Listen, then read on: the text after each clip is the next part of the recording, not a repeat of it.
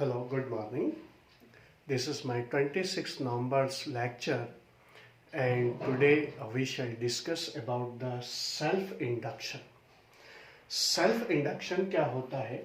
अगर हम लोग किसी कॉइल को एक बैटरी से कनेक्ट करें और गैल्वेनोमीटर से कनेक्ट करें, तो हम लोग यहाँ पर ये चीज़ देखेंगे कि इसके अंदर जो ही हम लोग इसमें की कनेक्ट करते हैं, तो की कनेक्ट करते ही और इसके अंदर कंडक्शन करंट फ्लो होगी, और कंडक्शन करंट फ्लो होते ही और इसके अंदर गैल्वेनोमीटर के अंदर क्या आएगा? डिफ्लेक्शन आएगा।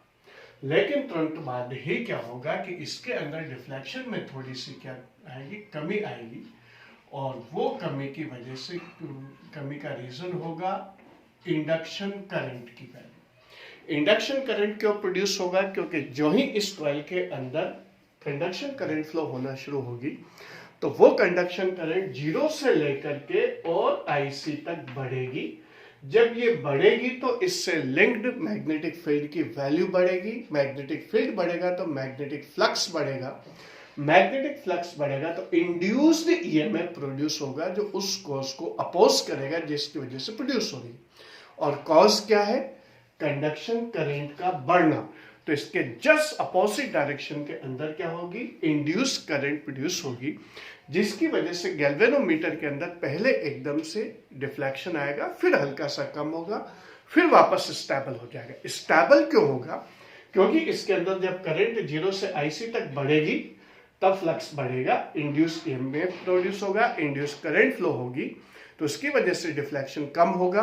फिर उसके बाद जब आईसी होगी, अब उसके बाद करंट का बढ़ना बंद, करंट का बढ़ना बंद तो फ्लक्स का बढ़ना बंद, फ्लक्स का बढ़ना बंद तो इंड्यूस ईएमएफ की वैल्यू क्या हो जाएगी? इसके अंदर जीरो हो जाएगी, और इंड्यूस करंट क्या हो जाएगी? जीरो हो जाएगी। जब इंड्यूस करंट जीरो हो जाएगी तो फिर इसके अंदर एक कांस्टेंट करंट फ्लो होती है। तो किसी भी कॉइल के अंदर खुद में ही फ्लक्स में चेंज होने की वजह से जो इंड्यूस्ड ईएमएफ प्रोड्यूस होता है और इंड्यूस करंट फ्लो होती है, उसी को हम लोग किस नाम से जानते हैं? सेल्फ इंडक्शन के नाम से जानते हैं। सिमिलरली, अगर मान लो यही चीज हमारे पास किस केस के अंदर हो, अगर मान लो आपके पास वही कॉइल है और वही हम लोगों ने बैटरी कनेक्ट की है, बैटरी के बाद गैल्वेनोमीटर लगा हुआ है, और इस बार हम लोग इसमें से की को क्या करते हैं? रिमूव कर देते हैं। जब की रिमूव होगी तो पहले इसके अंदर आईसी करंट फ्लो हो रही थी, जो ही की रिमूव करेंगे हमारे पास क्या होगा? करंट की वैल्यू जो आईसी है वो डिक्रीज होते हुए किधर की तरफ जाएगी? जीरो की तरफ जाएगी। जब इसमें आईसी की वैल्यू डिक्रीज होकर के जीरो की तरफ जाएगी, तो करस्पॉन्डिंग मैग्नेटिक फील्ड की वैल्यू भी क्या होगी? डिक्रीज होगी, और मैग्नेटिक फील्ड डिक्रीज होगा तो मैग्नेटिक फ्लक्स डिक्रीज होगा। मैग्नेटिक फ्लक्स डिक्रीज होगा तो वापस से इंड्यूस ईएमएफ प्रोड्यूस होगा, इंड्यूस करंट फ्लो होगी, जो उस कॉज को अपोज करेगी जिसकी वजह से प्रोड्यूस हो रही है। और कॉज क्या है? कंडक्शन करंट का डिक्रीज होना। तो ये क्या करेगी? कंडक्शन करंट की डायरेक्शन में ही इंड्यूस करंट इसके अंदर फ्लो होगी, और इस तरह से आपके पास इंड्यूस करंट, तो इसके अंदर जो डिफ्लेक्शन आएगा वो एकदम से क्या होगा? पहले कम, फिर हल्का सा थोड़ा सा बाहर, फिर वापस जीरो होगा।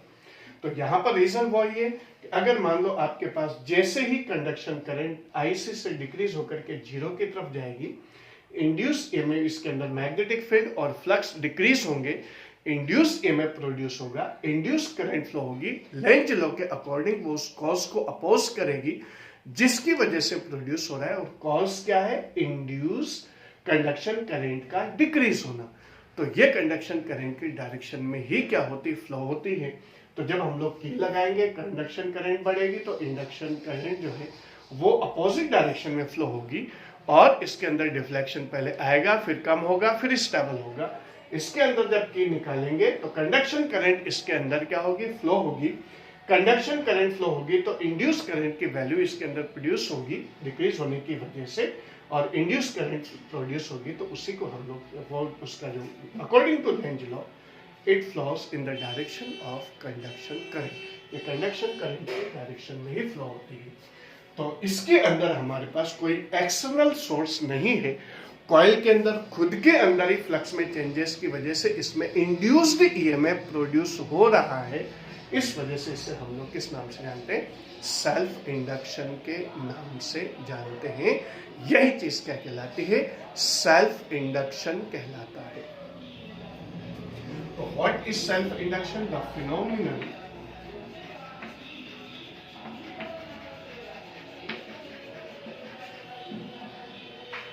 of production of induced EMF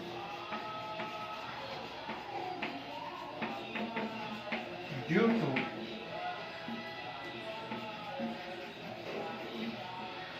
induced EMF in a coil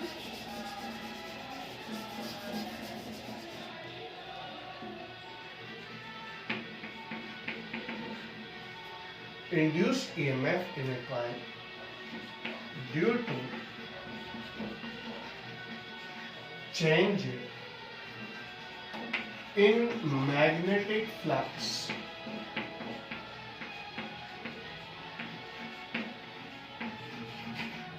itself is called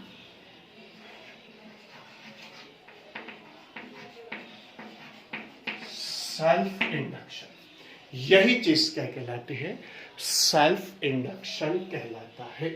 तो हमारे पास किसी भी कॉइल से लिंक्ड मैग्नेटिक जो फ्लक्स होगा, वो linked magnetic flux conduction current के क्या होता है? डायरेक्टली प्रोपोर्शनल होता है। तो ये हो गया आपके पास सेल्फ इंडक्शन की definition. The phenomenon of production of induced EMF in a coil due to change in magnetic flux itself. Coil के खुद के अंदर ही मैग्नेटिक फ्लक्स में चेंज की वजह से खुद कॉइल के अंदर ही इंड्यूस ईएमएफ का जो प्रोड्यूस होना है, वही चीज क्या कहलाती है? सेल्फ इंडक्शन कहलाती है। अब हमारे पास आता है coefficient of self induction.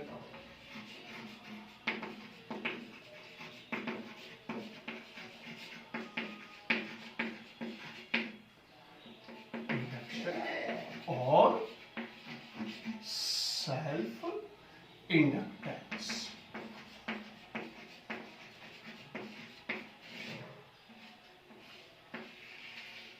Coefficient of self induction और सेल्फ इंडक्टेंस। सेल्फ इंडक्शन अलग चीज होती है, सेल्फ इंडक्टेंस अलग चीज होती है। ये जो कोएफिशिएंट होता है सेल्फ इंडक्शन को, इसी को हम लोग सेल्फ इंडक्टेंस के नाम से भी जानते हैं। तो किसी भी कॉइल के अंदर जो मैग्नेटिक फ्लक्स है, वो मैग्नेटिक फ्लक्स उस कॉइल में फ्लो होने वाले कंडक्शन करंट के क्या होता है? डायरेक्टली प्रोपोर्शनल होता है। क्योंकि करंट इंक्रीज तो magnetic field increase, magnetic field increase तो मैग्नेटिक फ्लक्स इंक्रीज। अगर मान लो करंट की वैल्यू, कंडक्शन करंट की वैल्यू डिक्रीज होती है तो magnetic field decrease, magnetic field decrease तो मैग्नेटिक फ्लक्स डिक्रीज। तो यहाँ पर मैग्नेटिक जो फ्लक्स है कॉइल के अंदर, वो उसमें फ्लो होने वाली कंडक्शन करंट के क्या होता है? डायरेक्टली प्रोपोर्शनल होता है। Magnetic flux linked with a coil is directly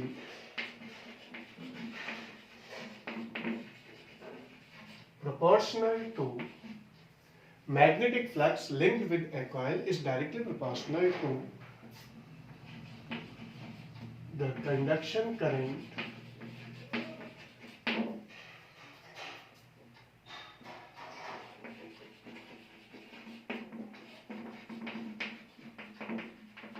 flowing through the coil. Phi B is directly proportional to IC. Conduction current के डायरेक्टली प्रोपोर्शनल होता है। प्रोपोर्शनल का साइन हटाएंगे, प्रोपोर्शनल कांस्टेंट आएगा और ये होगा L। L is called self inductance और coefficient of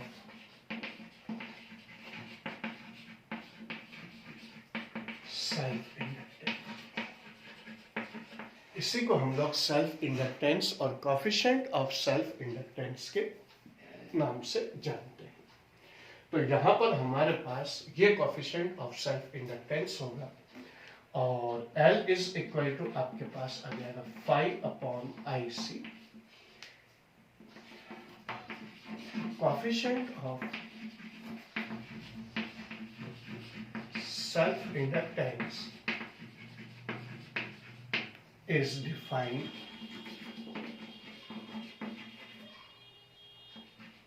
as the magnitude of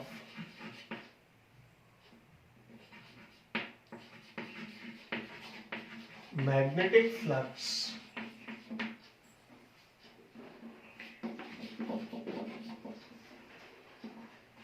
due to flow of unit current in the coil।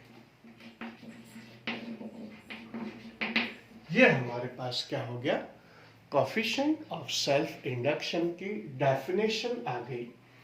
आगे हमारे पास अगर यूनिट का जहां तक सवाल है तो if IC is equal to 1 ampere and 5B is equal to हमारे पास कितना आ जाएगा और 1 और वेबर आ जाएगा, तो हमारे पास L इज इक्वल टू आ जाएगा 1 वेबर अपॉन 1 एम्पियर और इसी के लिए हमारे पास स्पेशल नेम है 1 हेनरी।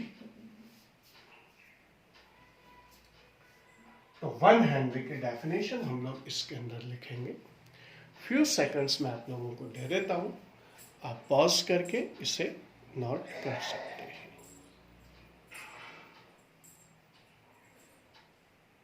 ओके, नेक्स्ट है हमारे पास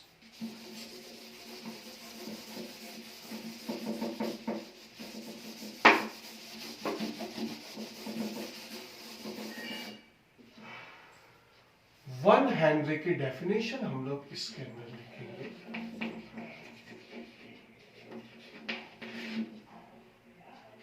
When 1 weber magnetic flux is linked with a coil due to flow of 1 ampere current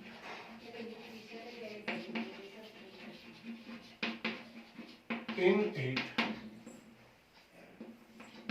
then coefficient of self-induction of the coil is said to be equal to 1 Henry. ये 1 Henry की हमारे पास क्या हो जाएगी, coefficient of self induction हो जाएगा।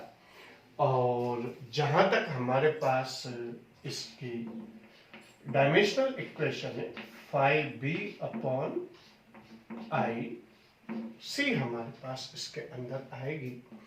तो 5B की वैल्यू हमारे पास कितनी आ जाएगी, M1 L2 A-2 A-1, ये आपके पास मैग्नेटिक फ्लक्स की डायमेंशनल इक्वेशन हो गई A1। तो हमारे पास आ जाएगा M1 L2 A-2 A-2, ये डायमेंशनल इक्वेशन होगी और ये आपके पास 1 हेनरी की क्या हो जाएगी, डेफिनेशन हो जाएगी। अगर हम लोग एक बार और इसे डिफाइन करना चाहते हैं अलग तरीके से, तो वापस से 5B इज इक्वल टू लेंगे LIC differentiating with respect to t के रिस्पेक्ट में जब डिफरेंशिएट करेंगे तो d5B/dt इज इक्वल टू हमारे पास आ जाएगा L कोफिशिएंट है /dIC/dt। और अपन जानते हैं E इज इक्वल टू कितना होता है, -d∅/dt होता है। तो हम लोग क्या करेंगे कि दोनों साइड पर E इज इक्वल टू आ जाएगा हमारे पास L -dIC/dt, जहां पर E इंड्यूस्ड ईएमएफ है और dIC/dt हमारे पास इसके अंदर आ जाता है। तो few seconds more।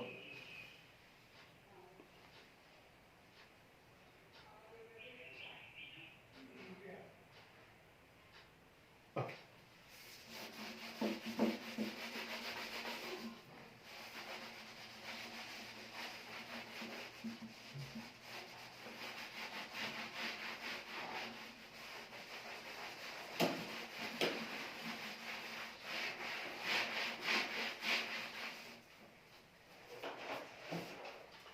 तो E is equal to L dIC/dt और L इज इक्वल टू आ जाएगा E/-dIC/dt। माइनस साइन शो करेगा rate of loss of current पर सेकेंड या rate of loss of current, और डिक्रीज इन करंट इसके अंदर वैल्यू रहेगी। तो if -dIC/dt is equal to आपके पास आ जाता है 1 एम्पियर पर सेकेंड से करंट डिक्रीज होती जा रही है, तो हमारे पास L इज इक्वल टू कितना आ जाएगा, इंड्यूस्ड ईएमएफ आ जाएगा। Coefficient of self induction is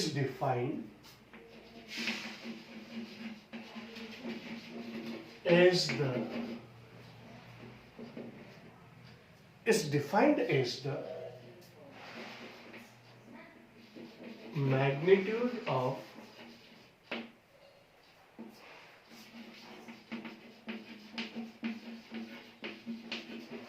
induced EMF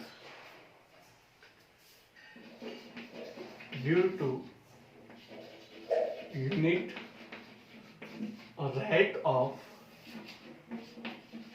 fall of current in the coil। यह हमारे पास कोएफिशिएंट ऑफ सेल्फ इंडक्शन की सेकंड डेफिनेशन हुई। Coefficient of self induction is defined as the magnitude of induced EMF due to unit rate of fall of current in the coil।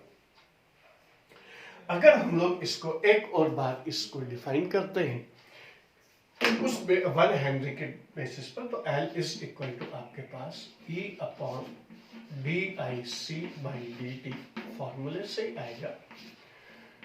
तो ये हो जाएगा आपके पास volt upon dIC/dt ampere per second, तो volt into second upon ampere, और ये आपके पास वही हेनरी रहेगा। डायमेंशनल इक्वेशन में भी कोई दिक्कत नहीं है। इंड्यूस ईएमएफ की डायमेंशन होती है m1 L2 t-3 n-1 upon a1 t-1 m1 L2 t-2 a-2 dimension equation. इस तरह से भी हम लोग इसकी डिराइव कर सकते हैं या फाइंड आउट कर सकते हैं। तो ये वाली चीज आ गई। 1 हेनरी की डेफिनेशन अगर हम लोगों को देनी है, L is equal to 1 volt और ये आ जाएगा आपके पास 1 एम्पियर पर सेकंड का डिक्रीज, तो ये हो जाएगा आपके पास 1 volt upon ampere into second, यानी 1 हेनरी। और 1 हेनरी की एक और डेफिनेशन अगर हम लोग इस बेसिस पर देना चाहते हैं, तो हमारे पास आ जाएगा 1 Henry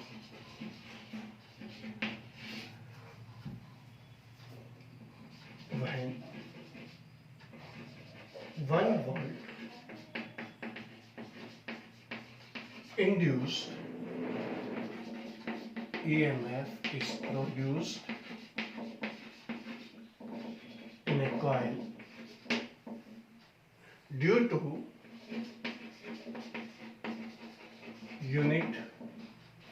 due to 1 ampere per second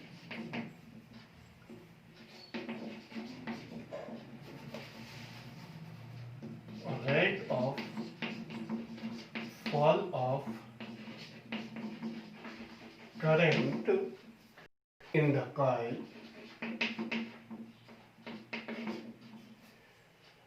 due to 1 ampere per second rate of fall of current in the coil.